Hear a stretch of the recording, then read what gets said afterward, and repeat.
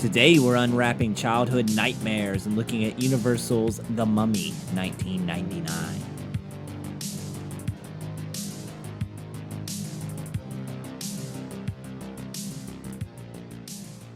Hello everyone in podcast land. Welcome to Hold Up, the show where we dive deep inside your childhood nostalgia, pull the movies from your past out, and see if they will held up. Today I'm holed up with Kyle and Andrew. Greetings. Hello. Andrew, stop talking over me. I'm sorry. How's everyone's energy levels today? You know, in the middle of the night when you wake up, you go to the bathroom and you step in dog vomit, like cold? I've only done that once, but yeah. That's a little bit below that. I'm a little gassy, but I feel okay. Is it because of Masters weekend? Yeah, just all the carbs I've eaten today. Pimento cheese and egg salad. And That's not a carb, nor beer. is the other one. Those are proteins and fats. I mean, there's still carbs. They're Pimento cheese minimal. sandwiches, And the bread, maybe. egg salad sandwiches, I'm not going to sit here and merit. pasta salad. Need I go on?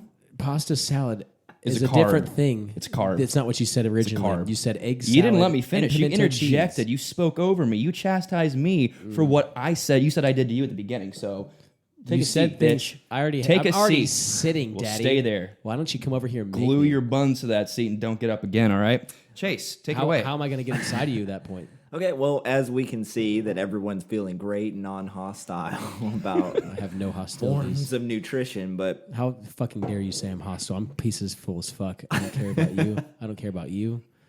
Let's fucking do this. let's do this. So this week we're tackling one of my favorite movies is The Mummy. It's a great mommy. And it has a long history, so everyone buckle up and settle in. Let's start first. This is your job on the show, it seems like, or at least that You you're want one the doing it. statistics, don't you?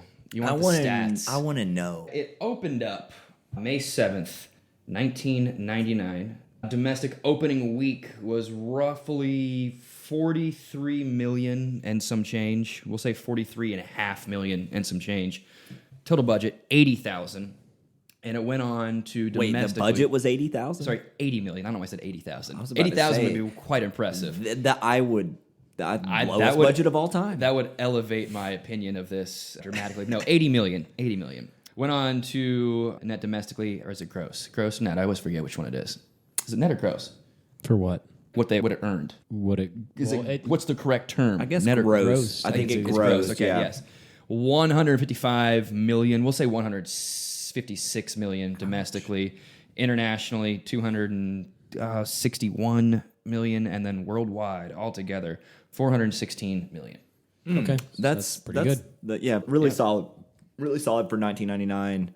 I'm also kind of shocked it didn't do better than that. I was thinking this was going to be 500 million, easily half a billion. I thought maybe just because of the name alone and like the lore behind it would, but these numbers don't surprise me. Like it's nothing. I mean, for an 80 million budget and you bring in what 400 and something million, that's a really solid day at the office. I'm not sure what kind of budget they had for marketing and stuff. I know it doesn't calculate. I don't remember seeing many trailers for this. I didn't either. I don't know. No, which might attribute the lower or quote unquote lower gross internationally or worldwide. Yeah. But let's think about something positive. The fact that it fucking did that well without that much marketing, it would seem, especially not geared towards children really that much either. I'm sure they definitely had toys and stuff but I don't remember seeing a big campaign about any of that. So Because I don't think they wanted it to gear towards children. no, I think it was just one of those like word of mouth thing. It's a pretty heavy movie for a child to, So this was not one that we were. PG-13? Yeah. This is not one that kids are going to, like, it was scary. I remember, we'll talk about that, but like, I thought it was fucking scary. Yeah, I think we'll just roll right into it. Of what do you remember as a kid? Now that we're on the Scared topic. Beatles. Like I think it moved to like TV, but this is like early 2000s, and that opening scene where he dumps the Scarab Beetles into the coffin or the sarcophagus, if you will. Yeah. And like I had nightmares about Scarab Beetles as a kid. My dad would like joke about them and stuff like that. They're gonna get you. Better check under the bed. They're gonna get you. Maybe a little abusive there by Alfred, but Scarab beetles, and just like the lore of mummies, it was like one of those things that you as a kid gravitate towards, like cowboys and Indians, vampires, mummies. It's one of those. It's a very idealistic thing to think about, the lore of mummies, going back to Napoleon discovering the Rosetta Stone with one of his escapades into Africa and what that unlocked. And even in the new Napoleon movie that just came out, there was a whole scene devoted to him and a mummy. It was very interesting, and that stuff all carried over past the colonial times and imperial times all the way till more recent history. But the earlier things that were found out about the mummies and stuff was because of grave robbers and shit. There was not... King Tut was one of the only undiscovered tombs that had not been looted, simply because he wasn't a well-known pharaoh. That was it. And when they uncovering some of these tombs, the real world stuff that happened to people and explorers when they opened these tombs, and the curses that happened. And those are the curses are... If you ask people, they're real. If you ask some people, they're not real. I don't think it's one way or another. They're very Bad cultural too. super Yes. cultural. It's an interesting thing, and it does send a shiver down your spine because it's not a cult. Like, these are cultures that we don't know. No, and they've been around for a much long longer time than we probably even know about. I mean, I know we know. I'm not an Egyptology history buff or whatever. However, the pyramids have been. When were they built? 2,000, 4,000 years ago? Whenever the aliens built them. That's so true. long That ago. when they dropped them off in our backyard, and like, here you go. We did this for you. We were going to leave this at Goodwill, but we decided that you deserved it You want more. these? I think you want these. But like all the stuff surrounding that is just so ancient, and there's just so much that we will never know about a lot of their origin stuff that we do know. We know a lot about it. We'll talk about this. All I remember as a kid is like seeing pictures of mummies and being terrified. Oh, and they scrambled their brains and they sucked them out through their nose, and they took all their organs out to make sure that they didn't decay. And here's this person now, and they still look like a person, and they're mummified. It's horrifying shit. Yeah, terrifying. Hard to grasp as a kid too. Yeah. you don't really understand. You didn't why. dive that deep when you were young, but you knew that it was an embalming thing. I put mummies into the same category as zombies. I mean, in which they kind of are. Well, yeah, they're the real zombies, but I knew that mummies were real. Like, zombies didn't really scare me as a kid, but mummies did because I knew they that existed. they were there. In my little lizard brain, thought that this could happen, that one could come back for some vengeance, and you. Put it this way, I wouldn't go into one of those unopened tombs and just be the first one to open it. I'm not. There's a reason you're the first one to open it. Have you ever looked at a YouTube video? People, I don't want to say, not like grave robbers, but people who go and excavate some of those like tombs. Those videos are like terrifying. Going Like, into those structures and horrifying. pitch black. Pitch black. And Deep sometimes underground. very deep. You got traps and doors that lead to catacombs and tunnels that you don't even know where the hell they're going. Like, it's an eerie thing to think about. And that makes it even more terrifying, is knowing that so many people have tried to get these treasures and fortunes. There are scientists out there trying to find Ice Age, Pleistocene era viral infections and microbes and shit that if it got out, we don't know what that would do or how that would propagate. Right. People, you don't know. We don't know enough about don't have any idea. if they had a grasp on any of that, or if there was some kind of plague that might have happened, or somebody that had a very rare disease that they put in there and it just never died because they mummified them. But all that stuff when I was a kid, I was really just interested in the Indiana Jones aspect of it. I was like, Correct. The excitement, the exploring, like, he's got 2 revolvers and he's fucking shit up and he's just kill. So, did you watch it as a child? Yes. My childhood memory of watching this movie was my aunt. We had gone through all of the Indiana Jones. My brother and I loved Indiana Jones. And that's not scary. The only one that's really scary... Temple of Doom? The Temple of Doom is a It's little scary frightening. for multiple reasons now. Pretty It's frightening. pretty frightening, yeah. The first one at the very end when they're facing on top of that, I wasn't scared that. I was like, good, they deserve that. They're assholes. That did scare me when I was a But kid, like but that, it wasn't, I mean, it's not the same thing. No, but like Temple of Doom was scary. This was on another level of scary though. And my aunt was like, "Are you guys sure you can handle this?" Me and my brother, because we would go over to my aunt's and stay with her during the summers. She had a massive VHS collection back then. Yes, a VHS collection.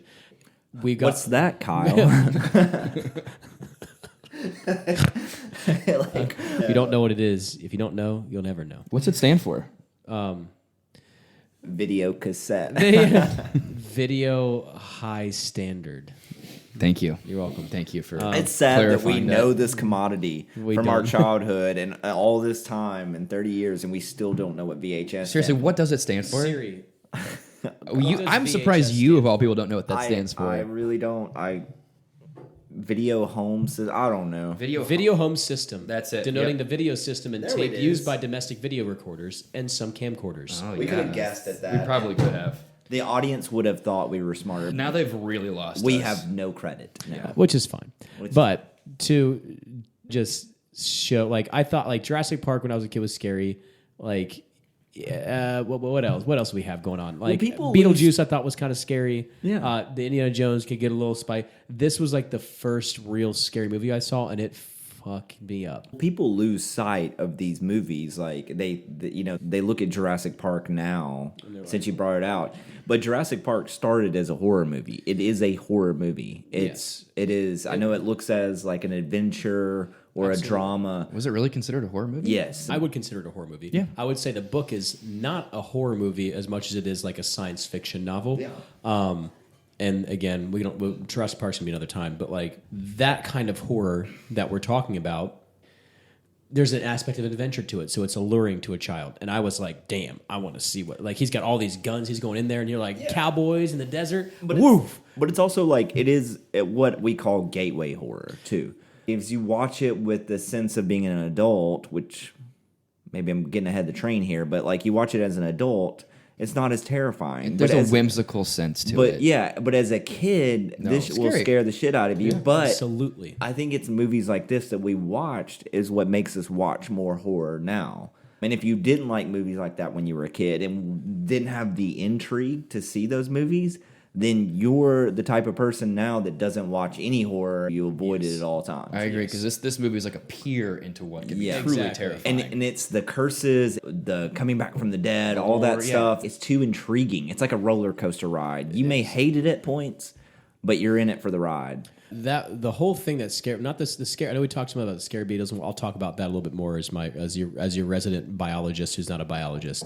When it comes down to the actual scariness of it, the sucking of people dry was what scared me the most. The scare beetles were not, they were nasty, gnarly, but I didn't understand that until I'd had a tick before, and I was like, oh, what if that crawled inside of me? I didn't understand it until I'd had a real world experience. That thing, there's no real world experience. It's like a mosquito sucking you dry, and I was like, that is terrifying. What scared me the most was, yes, you can talk about what you said, but the burying alive to me as like a child when I saw that, like 8, having your body wrapped in cloth and shut in a coffin. Well, any youngster can still not say relate, but like can understand that is a truly horrifying experience. Absolutely. That filled me with dread. We're talking about horror now, and I think we bring up the point now. This movie is based off the horror series, The Yep. Mummy. It is surprising the amount of people that don't know that. They think it's its own spin-off. thing. Like it just happens to have the same name, but it is The Mummy. So my childhood experience, my dad loved The Mummy. We used to watch the Universal classic monsters together a lot, like all the time. His favorite was The Mummy, so he was pretty jazzed when this movie was coming out. Did he like it? He did. We haven't talked about it. That would have It was been like 25 years. 25 years ago. Yeah. quarter of a century. Yeah, so which I think we are on the 25th anniversary of this movie. So fitting. yeah. Fitting. I remember I didn't watch it as a child because my mom, it was our typical Blockbuster rental night, and the family got a choice, and then of course me and my brother could rent whatever. My brother decided to go with The Mummy with the family. I think I was watching the Doug movie. So exactly, which had its own horror elements in it too, if I Sure, recall yeah, correctly. absolutely. But I was watching that in my room, and I could hear my family was watching The Mummy, and I remember going in there and sitting kind of in the back of the room where the doorway was to the hallway, behind my mom's chair, peering over at it. And I caught the point where Imhotep is forming into a human, but he's like half human, half not. Yep. And he turns around and like starts walking towards the camera, and that was it for me. I shut my eyes. I was scared shitless. I bolted out of the room, back to my room, couldn't sleep that night. I don't know, that image of him of him being this half human, half zombie, but he wasn't like this undead creature. No, he was formed evil. Yeah, like, evil. The CGI back then, looking back on it now, it's still not pretty bad. Not pretty bad. I mean, it's pretty good. Because and they did Pretty good. because they did CG and practical at the same time, and it created this great effect for that mummy. And even when he's just fully the mummy and walking around, it still looks pretty good. Yes. Still terrifying, but Still terrifying. But it was the only thing that I remember that night, me and my brother were trying to sleep, and we woke my aunt up, and she was pissed because she was like, "You guys said you were going to be fine, and you weren't." And then, but I remembered like trying to go back to bed, and then the cat came in the room, and I was like, "Oh, I'm fine now. The cat's here." He can't get me. The cat's here. He's scared of it. He doesn't give a shit about anything else. is that why you have 3 cats now? Just in case. There's one at each corner of the room. Yeah. Let's see an undead mummy come into Kyle's apartment, Won't happen. which is also on the 4th floor. I don't think he's going to get into this this fortified structure as is. I can barely get in. I think he'll find a way. Oh, he could find a way. How many stories were those pyramids or tombs they were in? I mean, they were probably... He was on the bottom floor. He's in the bottom floor. Yeah, bottom floor apartment. This movie had a lot going on in production. What I find the most interesting is we talk about the horror element. This movie was commissioned by Universal. They wanted to update the Mummy franchise. They really wanted to bring it to a new generation, and they set out to do this. They were in like limbo for 9 years on this project. So it'd been casted through different directors and screenwriters and different producers. I won't name them all, but I'll hit some highlights. They actually had George Romero I figured, to write the script, and he was signed on to direct. but no. And early Universal executives, when they were pitching what they want from their new mummy, was they want him to be the Terminator. Interesting. So That's not George A. Romero. no, but so he wrote something different, and it got tossed around a little bit. Didn't do well in the eyes of the Universal executives, so they decided to go a different direction. And then they were like, "We're gonna get new writers for it." George Romero signed off eventually. I figured he did. But I was gonna ask if he had a hand in this because it seemed like it might have been something that was up his alley. Right, and then they turned to Clive Barker. And Clive Barker also was set to direct and write and couldn't do it. I wrote down one of the earlier screenplays talking about the Terminator thing is the mummy was moved to Beverly Hills, California, and put in a museum there, and he breaks out and goes Terminator-like, which would be kind of fun, I think. It would be a fun idea. I think this... Like, that would be a nice update for a new mummy now if we had to redo it instead of that awful... I didn't see it, but I heard not great things, and I also just hadn't had a desire to go see the Tom Cruise version. I have no desire. I don't think most of America... Yeah. Sorry, Tom. Tom, love you. You've done enough. Great, but we you don't can need to trash this. Tom's not listening to this. He'll listen if I tell him to listen. Tom, Okay. Tommy boy, let's pop those ears on. Let's go for it. Okay? They were going to do the whole dark universe. Johnny Depp was signed on to be the Invisible Man.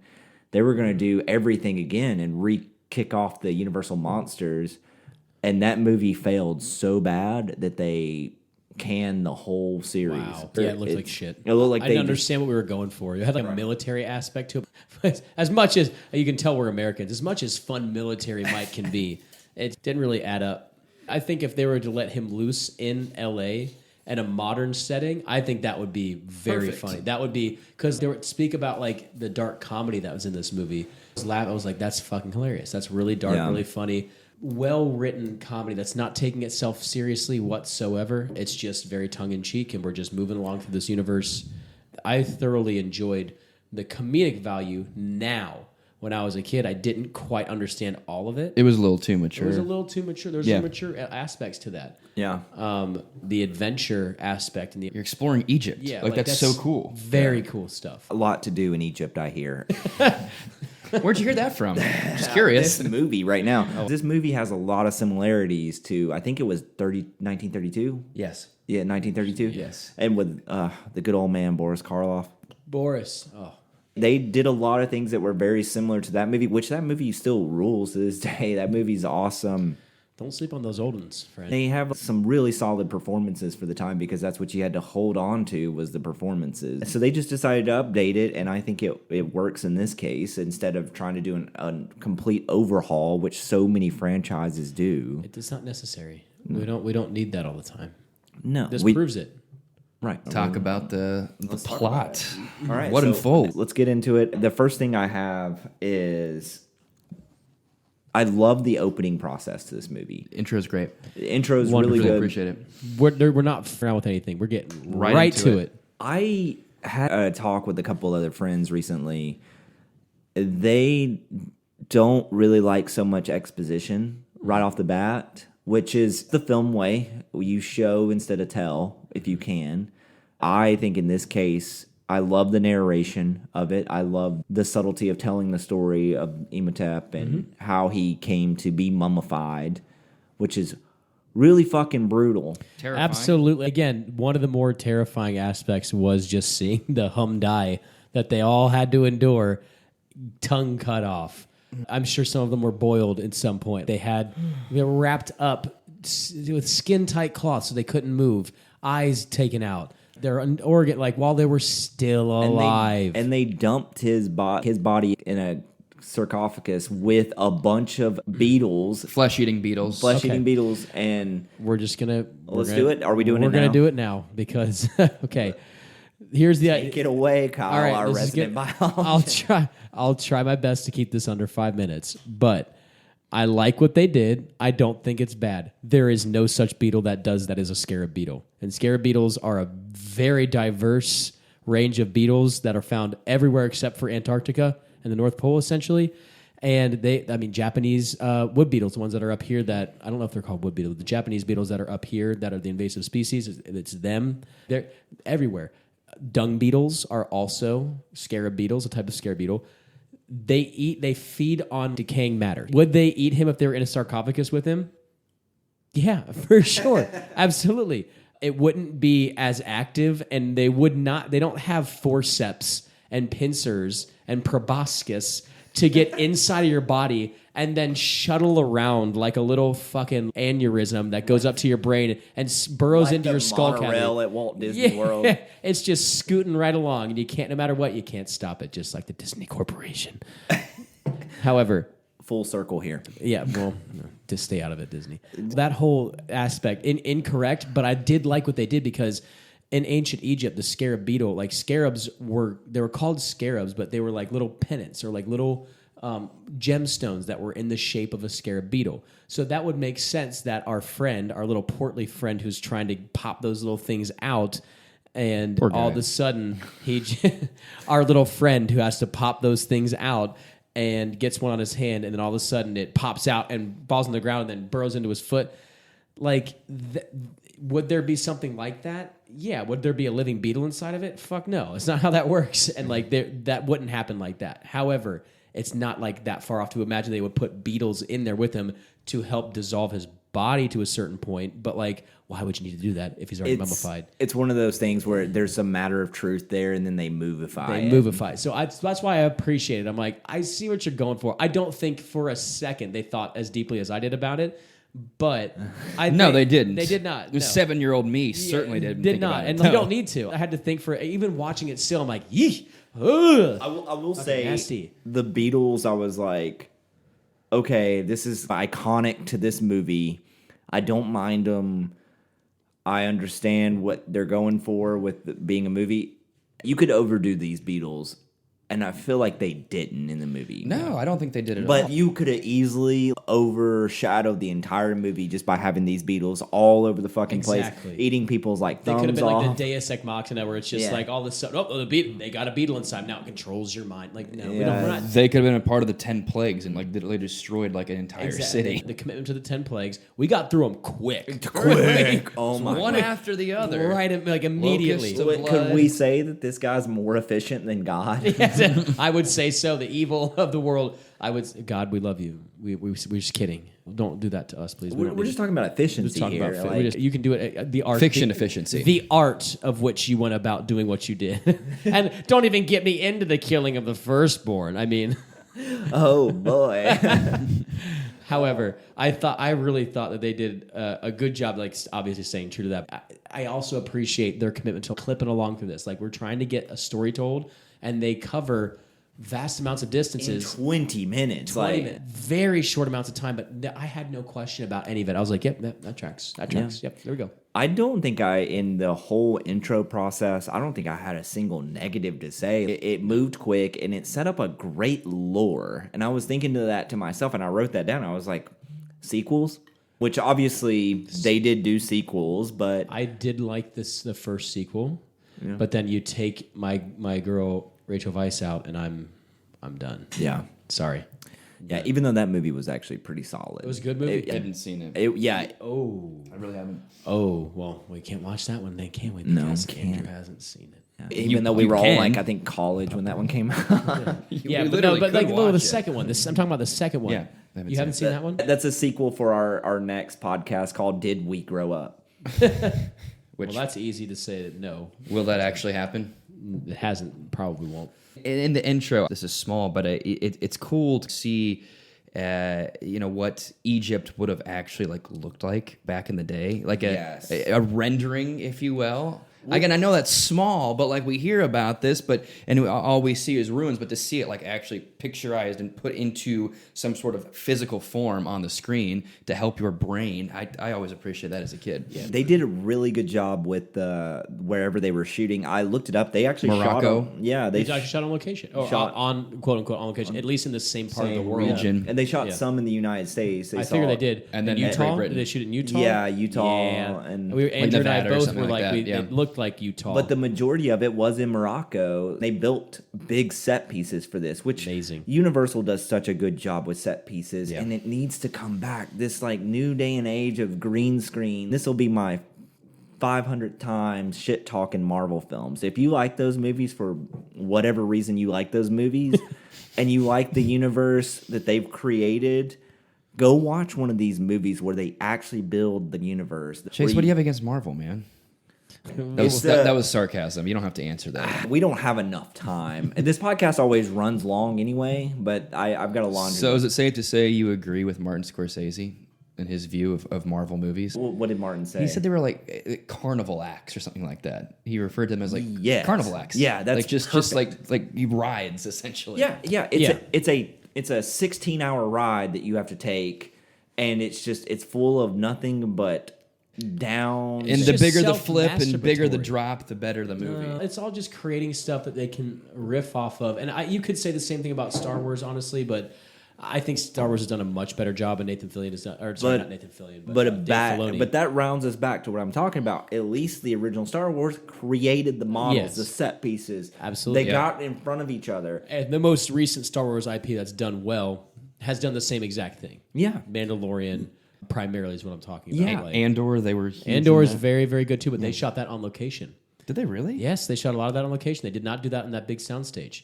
But again, coming back to the point of it makes a difference when you're telling a story, when you can actually have, when you're like, that's real. Or I don't have to question whether or not that's real. Yeah. It makes a difference. Willing suspension of disbelief only works so much. And it So- helps the performances of the actors too. You have all these actors, and they're actually acting with each other. They're actually reacting to their surroundings. If it's hot that fucking day, They're gonna be hot, sweating, and it just creates this thing. They're not in these air conditioned factories. And I'm not shitting on actors or any of those people that act in the Marvel movies. It's just, I'm sorry, we've all done it. We're sitting here, 3 actors, obviously shitty ones, or we wouldn't be sitting here.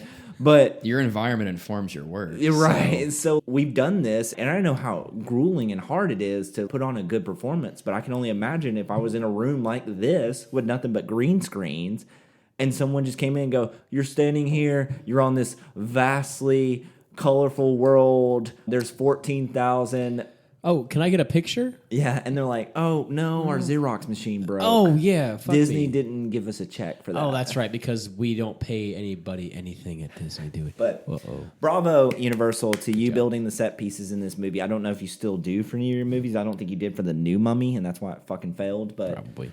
here we Among go. other reasons. So that was a big A plus for me, is shooting on location, or at least as close to Absolutely. location as possible. And the lighting design that had to happen at that point was just so much more natural. Yeah. And like that, you can tell the quality of light was just like it matched like what you would think Egypt would look like versus L.A. or we'll put it on a green screen.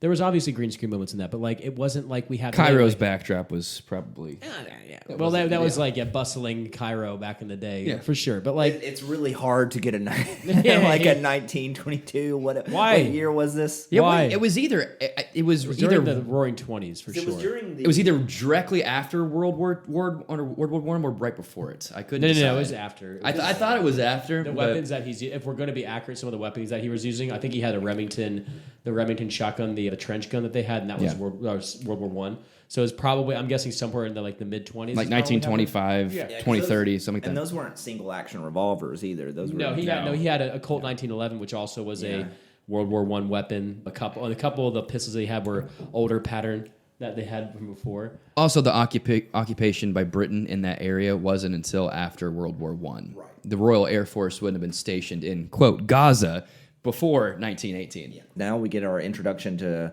Brendan Fraser. Good old Brendan Fraser. Oh my God, is he hunky?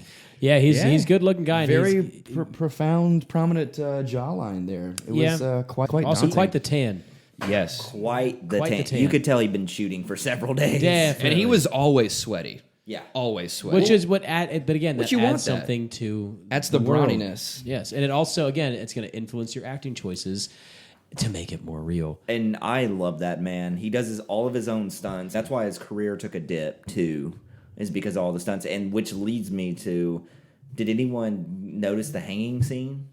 Oh yeah, when he's down like that, yeah. Yeah, and because then they do that with the little wire hanger in the back. Well, he was hanging and like his eyes were rolling in the back of his head, and I was like, that's some really fucking great acting. It was real, wasn't it? It was real. Yeah. Brendan Fraser actually got choked out. He was on like an interview. I forgot who he was interviewing with, but he was talking about that scene. And the director comes over to him after a couple of takes and he was like, "Hey, doesn't look like you're choking. We're gonna need to redo the noose a little bit." And Brendan Fraser's okay, cool. And the stunt coordinator comes over and moves the noose up so he'd hang further. And he was already on his tiptoes, but they moved it up too high. So if you go back, there's one single frame where his eyes are actually rolling in the back of his head. I was like, that is very convincing. Because it's true. It's real. That's because maybe he's actually been choked. that's kids. That's not acting. Okay, to put that out there, that is indeed That not. is Maybe method acting. Maybe. Method acting is bullshit. So he passes out. He says the stunt coordinator comes in, cuts him out, and like starts slapping him in the face. And when he wakes up, he's like, "Congratulations, kid, you're in the club." Same thing happened to Mel Gibson in Braveheart. Cool. I'd be like, that fucking great, awesome. Yeah, Great. My insurance didn't cover this. Oh no. Which, fun fact here, I even wrote this down. The Moroccan army gave their blessings to the film crew and put out insurance on all the actors. Wow, That's nice of them. Terrorist insurance. So if they got kidnapped, the studio was covered. good. Wow. I'm glad the studio was covered. Yeah, I don't know if the families would have solved Who that. gives a shit? I'm glad the studio was able to make more. That's what I care about. What was that budget again?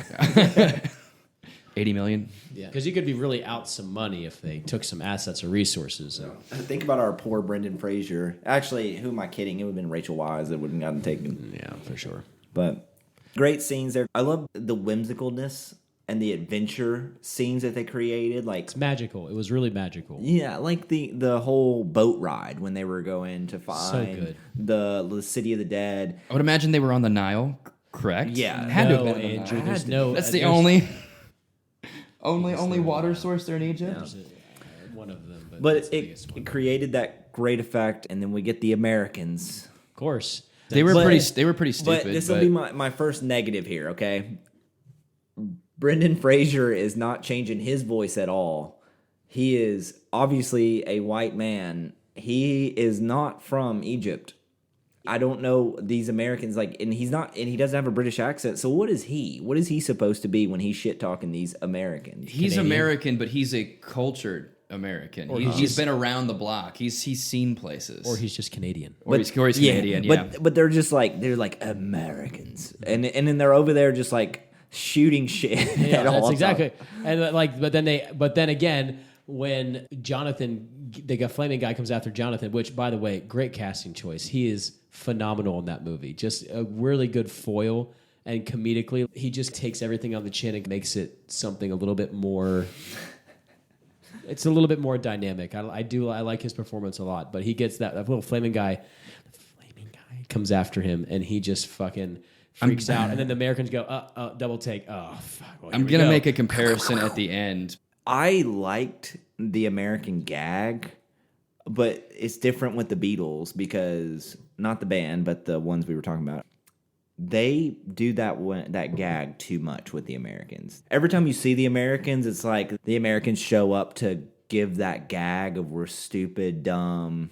It was a little too modern, in my opinion. Yeah. I don't think Americans in the 1920s were that Correct. And unrefined. this gag just kept going and going and going. Because it even had the guy, when he's guarding the remains, I don't know if you guys remember this, and he's just like, "Give me a bourbon. Oh, and give me a shot of bourbon." Yeah. Bourbon on the rocks. Bourbon to chase Whiskey, bro. Bourbon to chase it down with. Okay, well, bourbon is an American thing. They're not going to have bourbon in Cairo. Probably not. Well, maybe okay. If they were in like a high-end hotel, probably. But Bourbon like, wouldn't have really existed. Bourbon wasn't even really popular back then. No. It was not at all. why don't you look it up? It wasn't. I know it wasn't. Why don't you look He's from Kentucky. He knows. Bourbon popularity hasn't really You're been from- booming since like the 90s, so it was not something you would It ask never for. existed before it was popular. You wouldn't ask for it twice, is my point. But bourbon was an American thing. It is an American thing, It is. and it wasn't shipped overseas at that time because it was a newly formed thing that was shoehorned in. And then the guy turns around and he starts playing with the pistol and acting like he's about to blow the top off of these remains that he was asked to guard. So to me, it was just like, I get you create characters that we laugh at, but if you surround the movie with too many dumb characters, it makes your movie seem a little dumb. Yeah, I will challenge both of you on that and say that I do think that was a pretty good representation of that kind of American, not in general Americans, because let's just go ahead and say O'Connell was an American. If he was an American, he was probably the one upstanding American. And again, this is being shot with the idea that he is in our country. When this came out, we're going to assume all the protagonists are American, right? So he, I think, exemplifies like what a good American is, because I do absolutely think that there were Americans like that back then, because the Roaring '20s were happening and people had money to spend. They were going to Europe and trashing shit and going across, like back when air travel was in its infancy and people were going places. And if you think that rich Americans were cultured back then, they were not, because culture back then we didn't have. It was isolationist, especially after World War II. It's not the characters you created, it's the amount of gags we got with those characters. I felt like on the ship, I was like, oh, that's funny. And then when the ship caught fire, just killed them in the ship. And I felt like that'd been fine. But I knew we had to drag them along because they had to be the ones to keep fucking things up. They also had to be the ones to bear the brunt of the curse. It couldn't be O'Connell, because he would have to come back and get all the stuff, and you can't stop him. That was the Magi's whole thing. Like you cannot stop. He will not eat. He will never sleep. He will never stop. Like he's gonna That was like good. He's That was good. But he's never gonna stop. Like it couldn't happen to O'Connell, or it couldn't happen to what's her fucking Rachel Weisz's character. Couldn't happen to Jonathan. So, like, we have to make it happen to somebody. And why not let it be the obnoxious Americans who are just these rich poker people who are probably just there to fuck shit up and drink and not give a shit about another culture. Yeah, they're just there to make money. They're just there to make money. They get what's coming to them, though. So, like, there was never a point where I was like, yeah, the gags were a little much at a certain point, especially near when they all get fucked up and sucked dry, baby. At a certain point, I'm like, okay, we need them to progress the story in the way that it needs to be told. I won't disagree that I think there was a little like beating a dead horse with a lot of those gags. And I think that goes into it because, as you know, we're going through the movie, like everyone is fucking making dumb decision after dumb decision after dumb decision. Like at some point, like even your main characters, like Rachel Weisz reads from the Book of the Dead. Is that what? Yes, Immediately. the Book of the Dead. Yeah. Immediately. As soon as she touches it, she reads from it. And she's the one that's like trying She's to. the historian. She's Trying to fucking no-no. She's trying to protect everything. It's not real. None of this is real. Doesn't believe in curses, but is a historian around curses. Nonsense. Yeah, exactly. I was like, that whole thing, I understood that we had to move. What did you say, hokum? Is that the word that kept getting thrown around? I think it was something along those lines. Yes, that's exactly what it was. Yeah. I never heard that term before, but whatever. It's posh, I am you know. uneducated. You're a peasant. I am a peasant. If you're a peasant, what's Andrew? Surf, I don't know. Is that the same thing? It might be a class below. No, you're the boy who cleans the stable troughs and then gets excited when the horse poos again. So it's a good job. That'd be surf levels. These three Yeah, Americans but- were not. They were hired by another guy. These are just freelance mercenaries, basically, at this point. So It could have just been cowboys that were. they were on a ranch in Wyoming shooting shit. This guy's like, "Hey, you guys can shoot all right. Why don't you come with me to Egypt?" And they're like, "How do you spell that?" He's like, "Don't worry about it. You'll be dead by sundown." Yeah, it's just, You could definitely find some ranches in Wyoming that were like that. I just don't know if the three that we saw in this were that. Because I feel like people back then would be like former soldiers in like World War I. But your point stands. They exist. And they sacrificed themselves for the mummy itself so he can gain his Body, his his humanity, physical like, get back to full ligaments power. and whatnot. Right. That whole process, they had to take some things from. I know it happened in the original Mummy, but it had so much of American Werewolf in London kind of vibe to it. Yeah. Which I was all for. It was originally done. I hadn't seen anything like that in any other movie. It was kind of suspenseful. Like you felt like this thing is powerful, but oh boy, he's getting more and more powerful. You guys got to stop him. So it added this whole drama because the plot itself is not that deep. no. They set it up at the beginning, and then you go a while, and then she reads from the book, bringing Imhotep back, who is trying to resurrect his girlfriend, which no one loves somebody that much. No, it's just a I don't know. side She piece. was pretty attractive. Just a side Like, piece. You could tell he was into her at the very beginning. He was so into her that he forgot to not touch her elbow. You're right.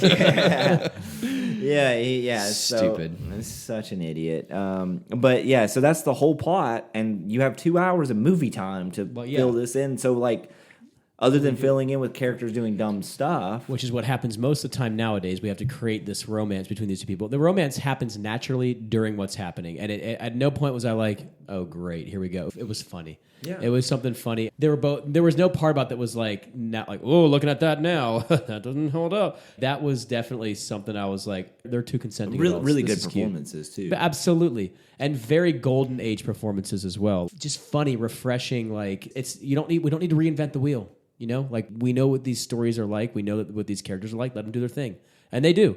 And it was. I have no qualms about any of that, the romance or anything. It actually helped at the very end, especially when she's like the ingenue and she needs to be rescued for sure. She's very smart. She helps get them certain places. And without her, they'd be fucked. Even though she's the one that got them into the whole fucking thing in the first place, without her, they would all be fucked. Yeah. To finish that off, and I know Andrew's got a point, in the whole process of this, that's what's carrying the movie is that building love relationship and trying to stop this thing from becoming more powerful. That's it. But in 2 hours, they do such a great job of building that suspense with, he's a little more powerful now. You got to fix this. A little bit more powerful. A little bit more powerful. You build that up so perfectly, and then you get this crescendo ending. Mm-hmm. It made the movie not feel like 2 hours. Before we got away from our American friends, there was a scene that I really appreciated. It was very small, but it was one of my favorite moments in the movie. It was after, I believe, that the book had been opened and the mummy had been awakened. Our American friend with the glasses lost him. First of all, him stumbling around, being that blind Which without was glasses. terrifying. Yes. Scary as hell. Terrifying. I didn't necessarily believe him that he was that blind and that befuddled, but you're in the middle of a crypt in a tomb, middle of the night, your glasses are off, you can't see. That moment where you can see the physical body of the zombie but not make it out, and then he turns around and pans the camera and lets out that shrieking scream, that struck me to the core. Like, that was such a powerful moment. And like, it wasn't a cheesy scream. Like, it instilled like a real sense of fear in you. You're like, holy shit, this is real. These people are fucking terrified. And when he came down that hallway, and came after him. I felt that terror that I felt when I was a child, and I did not think that was going to happen because nothing these days fazed me in a horror movie. But I also love that moment because it harkened back to old horror movies. That scream where you realize something that your life's about to end and it cuts out. Yeah. How many times have we seen that? It's such a very iconic moment. Yeah, almost in everything. But it was captured so perfectly. Probably because they were using real practical effects and someone's not in front of a green screen. They're in the middle of the fucking dark in some enclosed area. Can we talk about Benny? Oh, that little fucker. Also, for everyone at home, Andrew's Andrew's dog's name's Benny. Different Benny, he spelled with a Y Still very at the similar. end. Very similar Very attitudes. similar. Except Benny isn't Hungarian or like He's Slavic or Hungarian. No, also... he was Hungarian. But he was He's Korean, very Benny, different. Benny but- talks shit like this guy talks shit. Absolutely. Benny, if it came down to it and like something was chasing after us and Benny could push the button to save himself, Benny would push the button to save I himself. strongly disagree. If it was but Gretchen, maybe. If it was you, perhaps. Anybody else, he's pushing Benny- that button. My mom and my dad, for sure. Maybe. He loves who he loves. Benny doesn't love anyone but himself. Benny in the movie, that is. My Benny loves many If it people. came down to So his last bowl of food or you, I think he would. y'all are just relating because of the name. You're hating on a fucking dog right But now. I will say, this character is insufferable in this movie. He's God, he's a very- piece of shit. They said he's an Hungarian, but would you have guessed Hungarian? No. No. No. I mean, it was. He could have been I thought he Portuguese. He could have been like Slavic. He could have been. He his could have been eye Middle might have been- Eastern. I thought he'd been Turkish at some point. He was probably the weakest performance of them. Like he was. His character was written to be an asshole and you to hate and despise. And I despise this guy. Yes. I mean, I thought he did a good job with the character. I thought the actor did a good was job fine. with the character. Right. It was weakly portrayed. The setup. It was one of those characters that was overly done to make him very cowardly. So he's- What was his setup though? Remember in the initial opening scene, they're at the firing line. Remember, and they have the guardians of Imhotep or whatever coming down the hill, and he runs, right? and he just runs back in the tomb. And you think that's the last you're going to see him, but here they make him out to be this a coward.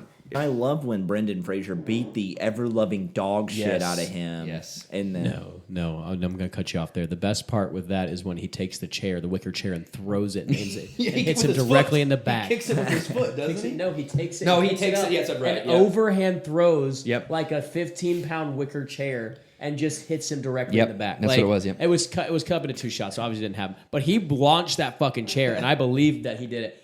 Great moment. Big guy. 100% sure that he hucked that chair as hard as he could. Absolutely. But I actually read the behind the scenes on that.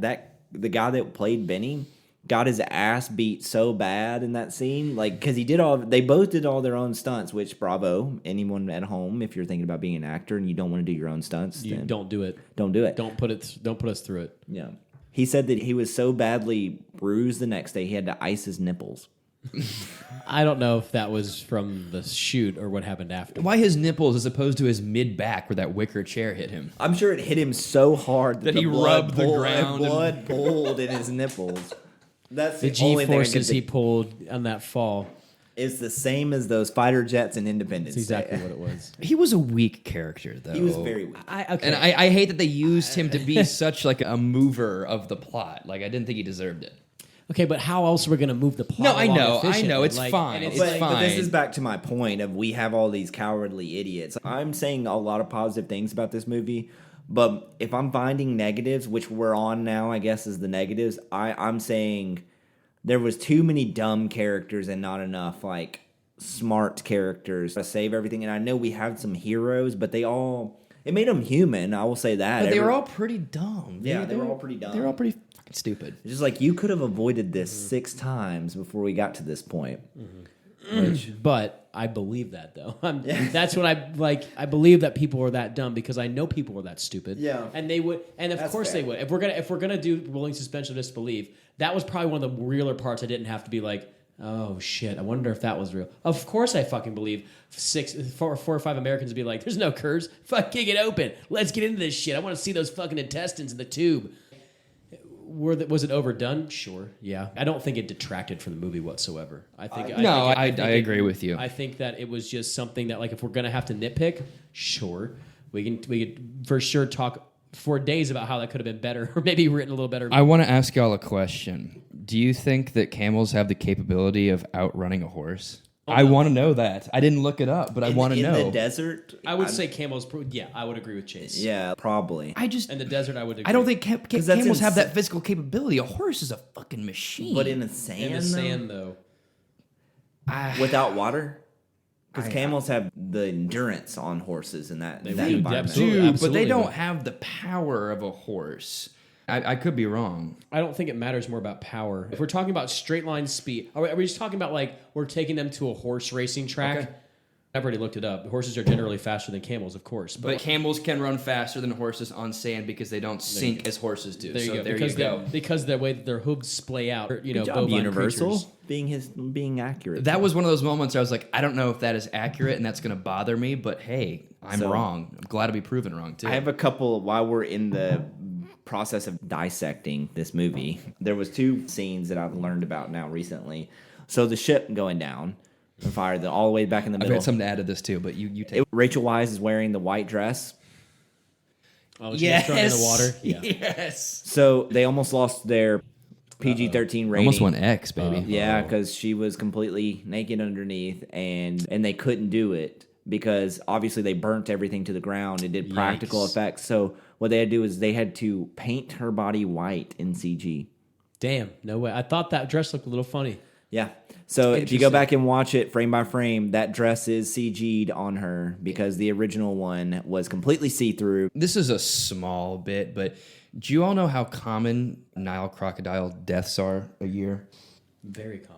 It's like 500 plus deaths a year. man-eaters. It is brutal. I was disappointed that when everyone was in the water, there wasn't at least one crocodile attack, or a couple people didn't I do get feel like it depends on the time of year as well. If it's more of the drier season, it's probably going to happen a lot But the more. Nile River is not deep at all. No one swims in it due to pretty bacteria. wide, though. It's wide, but it's not deep at all. It is very shallow. Yeah, I think it's like, deepest parts get to be about 15 feet, something Yeah. like that. On average, it's like 7, I think. I could be wrong on that. Don't hold me to it, but I'm pretty sure it's very shallow in that regard. I wanted to. piranha too. You do not get in the Nile River. You don't. One, because of bacteria, but also because of crocodiles. And I wanted to see someone get eaten by a crocodile or a couple people just get fucking that would've been devoured. I thought it would have been perfect. It would have fit right in. I was like, where are the crocs? Because Nile crocodiles fit in with that Egypt lore. Yeah. Like, they are so ingrained in that. That would have been awesome. Yeah. That wasn't our only chance at nudity. The whole scene with Imhotep and he's fighting the plane with that crazy ass Winston. He was our cousin Eddie of this film when he was doing all the sand tricks, which was fucking awesome. They had to change the camera angle because they were shooting it from behind. The sand that they were kicking up kept blowing his robe back, and I guess he was and I guess he was running commando those days. Probably. It was really hot out there. So they kept seeing his bare ass cheeks. That's awesome. So they had to change the entire shot of that scene to also not give it an R rating. If you blow enough in there, like you're getting balls and everything else. In Which between. again, why didn't you just keep it, guys? I wanted to see what was packing underneath. They hired somebody to come out and work with people on the lingo and the dialogue. Let me piggyback on this. When they're speaking in the beginning, all other times when the mummy is speaking. Creepy voice, by the way. Yes. Really dark. That's all real Egyptian. Yeah. All that's real. Really? Yes. Yeah. The Egyptian language survived because of That is Greek. down. The Greeks and the Egyptians and the Romans were all in the same time period. There's translations that exist between Greek, Coptic, and the Coptic church. It still exists today. Yeah. That's all specifically very real. And that's one of the reasons why this movie, for me, knowing that now, I was like, holy shit, that's amazing. That they took the time to do that. They could have just been like, they could have just fucking done gibberish. They could have done Latin and nobody would fucking Now, in terms of mastering the actual dialect, like where do they pull from for that? from Greek translation. I'm adding here is they had someone who studied all this over time and came on set and made sure people were talking and speaking in the same way that they would at that day and age. So they did the best that they could to try to create some sense of truth to it. What other movie in that time period is going to that length? What other movie has ever done that before? Yeah, true. There's talking about like history movies. No, like, but for that specific of Egyptian lore and Egyptian... for specifically for Egyptian, that would probably unprecedented. One thing, that guy, Imhotep, didn't he not look like the tribal leader in Temple of Doom? Yes. I kept thinking it was him. It wasn't. It's not. That was a long time ago. But sorry. You talking the guy who was in charge of the Thuggy cult? Yeah. Okay. Yeah. He looks just like him in the face, bald and everything. He actually did an interview saying if that movie happened at least 10 to 15 years later, he would have never been casted.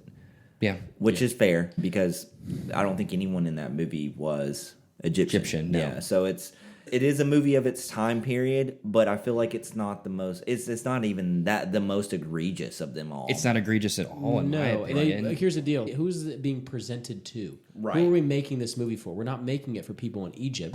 We're not making peoples around the world will take a figure or a culture, make media about it, and then inject themselves into it to make it understandable. I don't think there's anything wrong with not having anybody to pull from. Andrew and I talked about this in the college recently. When we went to college, we would put slates on to do certain musicals, and then they would get pulled like right beforehand because we didn't have enough people of a certain color or a certain ethnic background to do it, and like that, which makes sense. However, when we could do things, we would. We did Antony and Cleopatra, the Shakespeare. Do you think Shakespeare was worried about like, I wonder if we have enough people of this like, do you think Shakespeare cast an Egyptian in that? No fucking way. If you have access to it and there are people that can do it, great. Then you need to do it. If you don't have it, shut the fuck up and make something. This is my problem with when we get into like modern art, and you hit the nail on the head. Chase was like, would he get cast now? No, he wouldn't. And would that be okay? Absolutely, it would be okay. We don't need to. Of course, it was okay for back then, and that kind of goes into who else did they look at the casting? Whose fault is it? Is it the actor's fault or is it the casting director's fault? Is it the director's fault? Shut the fuck up. Yeah, shut up. Like it's gonna be okay. Deep. Yeah, it gets too deep. Like again, if it was today, different story, completely different. Right. I appreciate the fact that they went so far in their lengths to create that time period, and they did such a wonderful job. My last point is I also love the book ending story that they have. Very good. That the mummy dies the same way that the pharaoh died at the beginning. Same stab. Yep. So it's like kind of that comeuppance. Full circle. Ties it all together. It gets fucked up by scarab beetles in the dark in the treasure room. And you can't wait until that moment.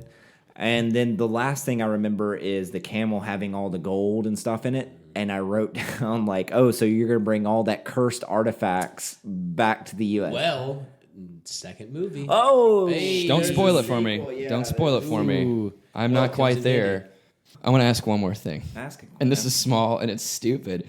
But did anyone, when the plane crashed, did anyone feel bad for Winston? They didn't even at least try to do CPR for that poor person. That's how Winston's been dreaming of dying. That's exactly You're right. That's exactly right. Face down in the sand. It would have been an affront to his memory had they tried to revive him. If they revived like, why didn't you kill me? But it was a simple 2 fingers to the neck. All right, we lost him. They weren't going to revive Winston. They weren't going to kill Homeboy that had no eyes and no tongue. They should have put that guy out of his misery. They should have just shot him like a. I would have gaggled with my own half tongue and been like, "Whoa, kill me."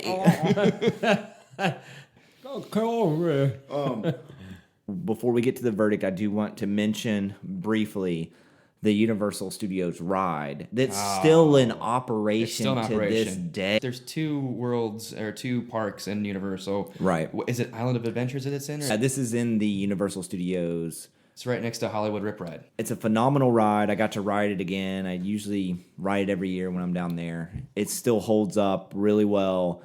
It's a fun indoor dark roller coaster with some horror elements in it. And they just put a bunch of money into it to refurbish it because it was down for a while. Yeah, and last year, and they redid all the animatronics, so that ride is not going anywhere. And it's not, and it's very popular. It's very popular. The best thing, too, is I remember they were saying, hey, we're going to refurbish it and redo it from top to bottom.